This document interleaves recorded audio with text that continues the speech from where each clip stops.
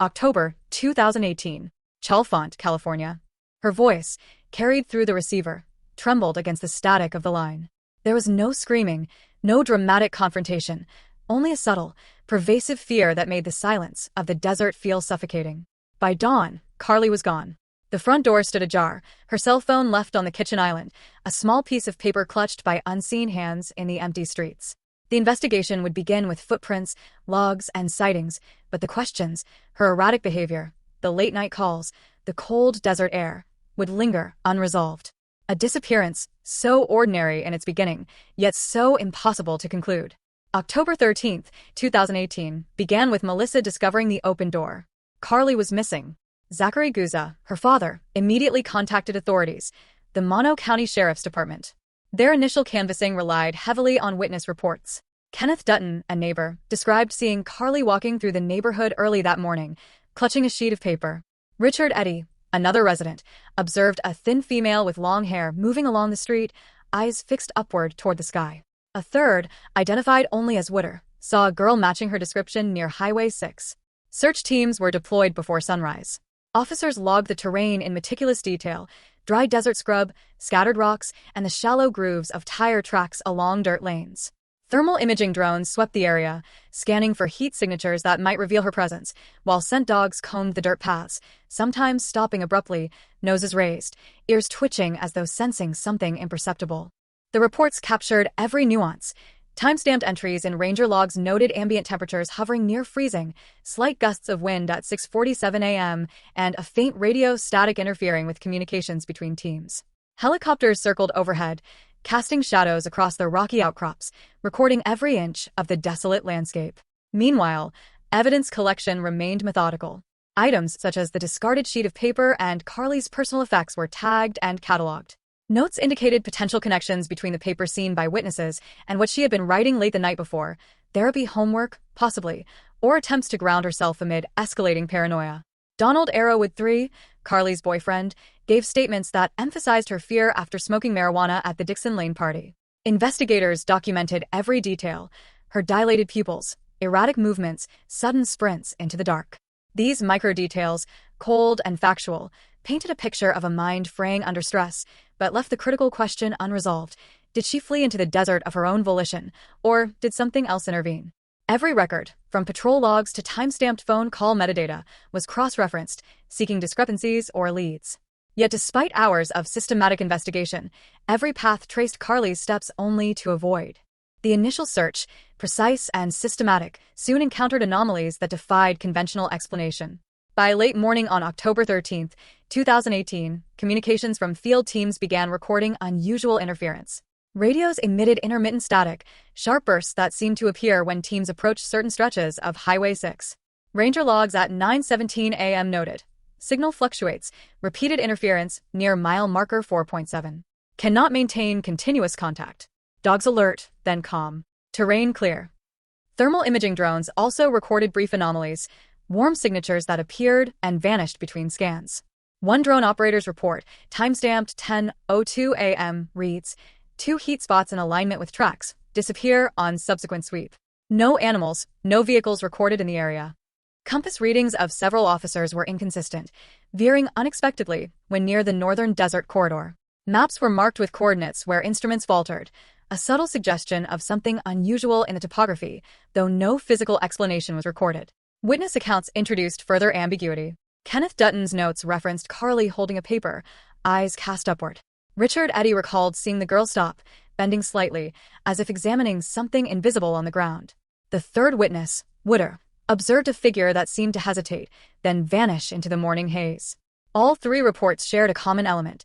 The girl appeared to navigate the landscape without fear of its edges, as though she perceived lines or markers invisible to others. Investigators examined the Dixon Lane party location and surrounding streets for physical evidence, broken branches, disturbed sand, tire impressions, but inconsistencies emerged. Footprints on the dirt roads seemed unusually spaced, elongated, or interrupted. In some sections, tracks abruptly ended mid-stride, resuming several yards later with no clear intermediary path.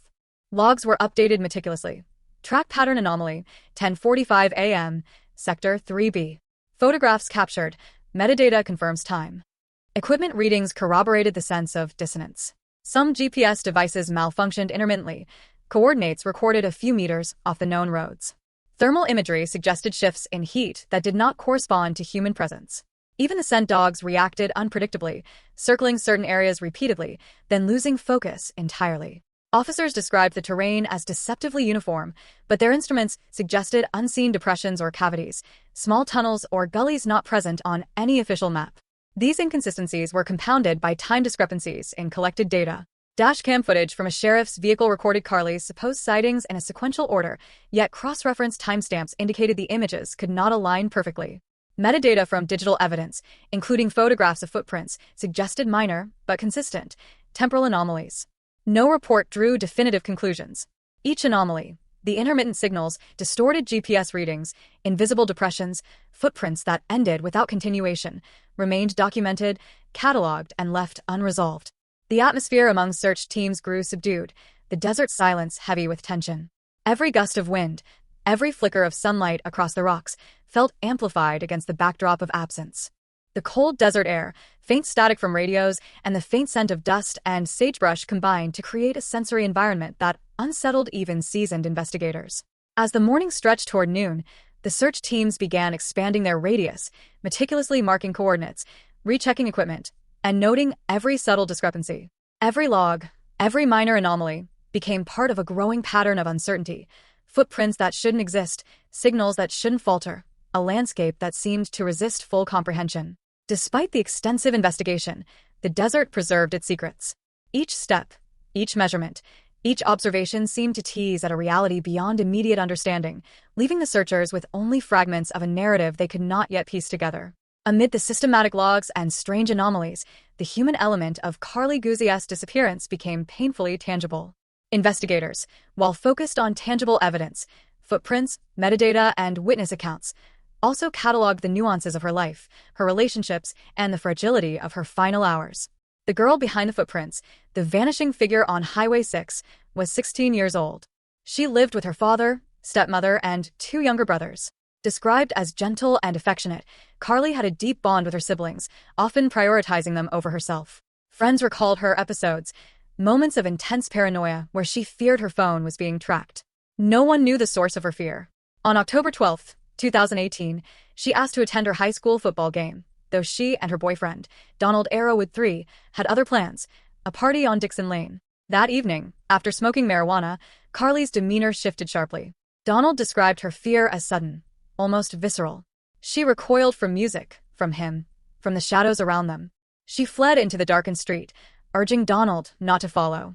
By 8:45 p.m., she called Melissa, her stepmother, trembling, asking to be picked up, her voice carrying a mixture of panic and urgency. Back at the Guse household, the night stretched in a rhythm of fear and fragile comfort. Melissa's cell phone recorded Karlie's oscillating states, shaking between panic and expressions of love. She whispered, "I really messed up today. I'm so glad you came." Then, moments later, questioned if she would survive until morning. At times, she feared her parents themselves, fearing harm, yet sought their reassurance. She huddled in corners, colored and wrote, and clutched a sheet of paper for hours, her handwriting a silent record of anxiety and thought. Investigators noted that these pages, witnessed later by neighbors, might have been therapy exercises, or perhaps an attempt to anchor herself in reality. The family's accounts underscored the complexity of her state. Karlie's emotions were raw and oscillating. The recordings captured her voice trembling through tears, murmuring, "I love you," repeatedly, asking if 911 would be called if she were harmed.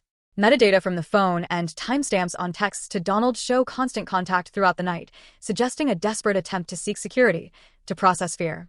She described her marijuana experience as possibly tainted, recognizing the paranoia overtaking her, yet unable to control it.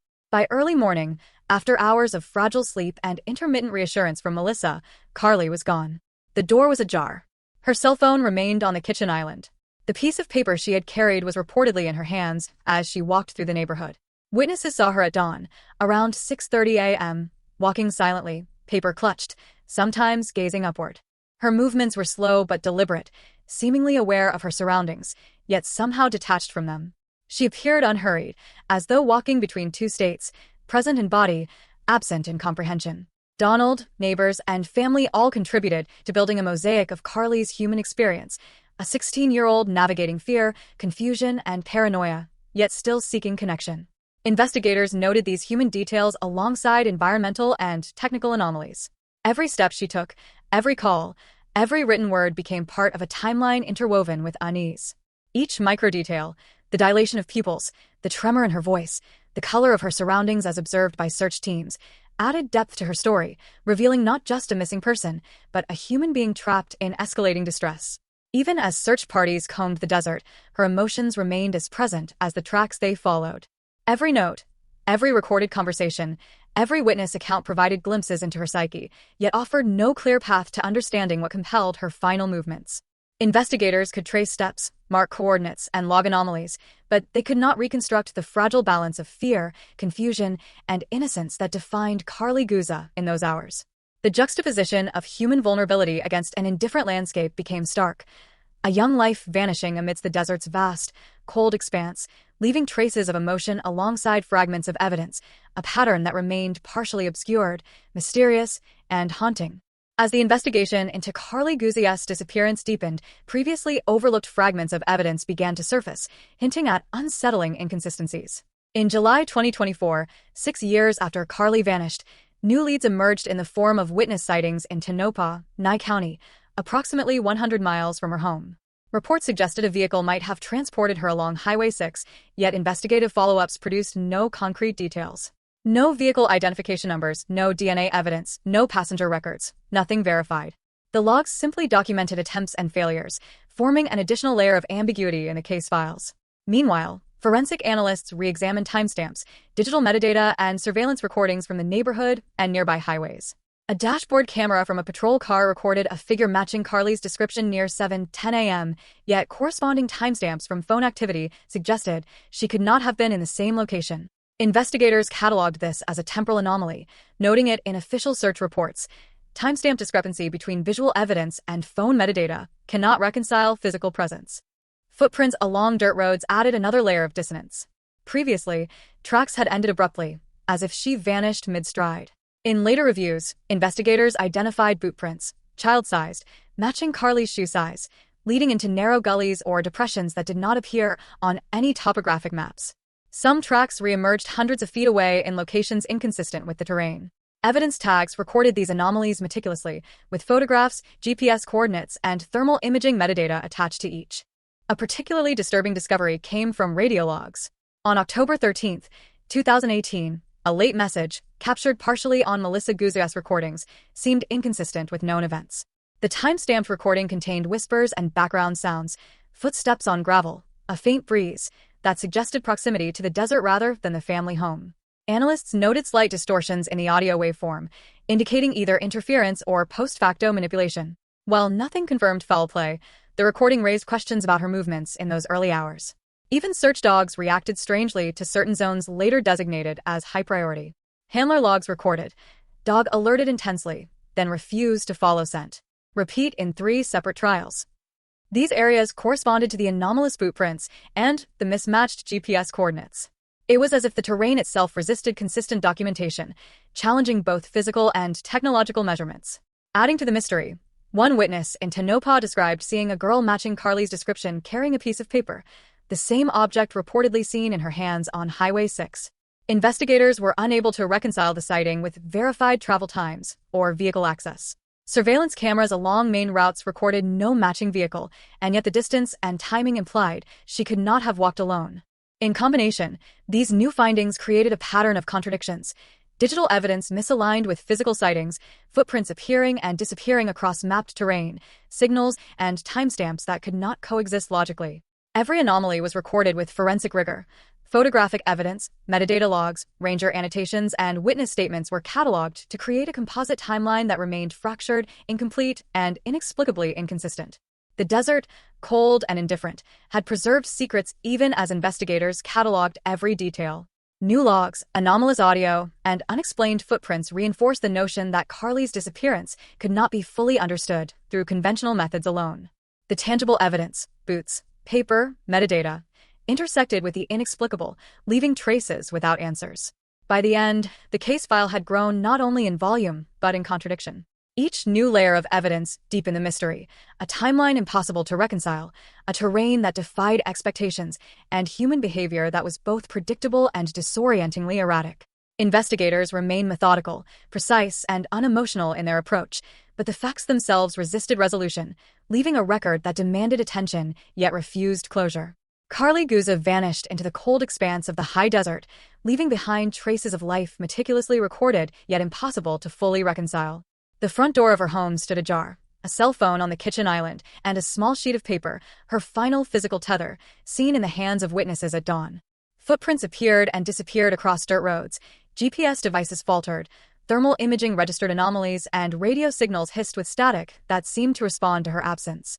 Years of investigation yielded fragments, citing reports in Tonopah, Nevada, inconsistencies in timestamps, metadata anomalies, and recorded whispers of uncertainty. Yet, despite every effort, helicopters, search dogs, drones, and human scrutiny, the girl herself remained absent, a presence felt only in documentation, in shadows of possibility. Each lead, each microdetail, wove a narrative that was at once intimate and impenetrable, human and unsettling. The desert itself seemed complicit, its silent gullies and uncharted depressions guarding answers that never came. Investigators recorded, cataloged, and cross-referenced, but the more they unraveled, the more the landscape resisted comprehension. The boundaries of time, movement, and reality blurred within the margins of the reports. And so, Karlie Guse's story remains unresolved, a record of precise observations and inexplicable gaps. The winds of Dixon Lane carry dust over empty footprints. The paper she once clutched flutters in memory unclaimed. The timeline exists, yet it does not close. Somewhere in the high desert, between sunrise and static-laden radio signals, she may have walked beyond the reach of certainty. And in the silence that follows, only the desert knows.